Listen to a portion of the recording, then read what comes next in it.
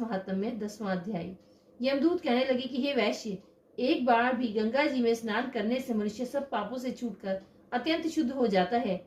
जो मनुष्य गंगा जी को दूसरे तीर्थों के समान समझता है वह अवश्य नरक में जाता है। भगवान के चरणों में से उत्पन्न हुई गंगा जी के पवित्र जल को श्री शिव जी अपने मस्तक में धारण करते हैं। वह ब्रह्मा को जो संदेह रहित प्रकृति से अलग और निर्गुण है, ब्रह्मांड में उसकी समानता किससे हो सकती है।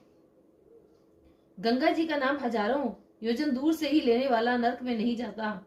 इसलिए मनुष्य को अवश्य में गंगा जी में स्नान करना चाहिए।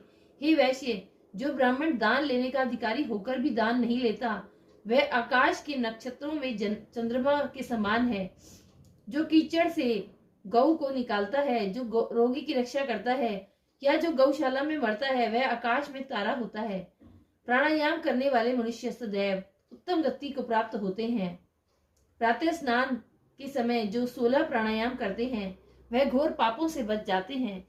जो पराई स्त्री को माता समान मानते हैं वे यम की यातना को नहीं भोगते। जो मन से भी कभी पर स्त्री का चिंतन नहीं करता वह दोनों लोगों को अपने अधीन करता है। जो पराये धन को मिट्टी के समान समझता है वह स्वर्ग में जाता है। जिसने क्रोध को जीत लिया मानो उसने स्वर्ग को ही जीत लिया। जो माता पिता की सेवा देवता तुल्य करता है वह यमद्वार नहीं देखता। जो गुरु की सेवा करते हैं वह ब्रह्मलोक को प्राप्त होते हैं। शील की रक्षा करने वाली स्त्री धन्य है। शील भंग करने वाली स्त्री यमलोक में जाती है।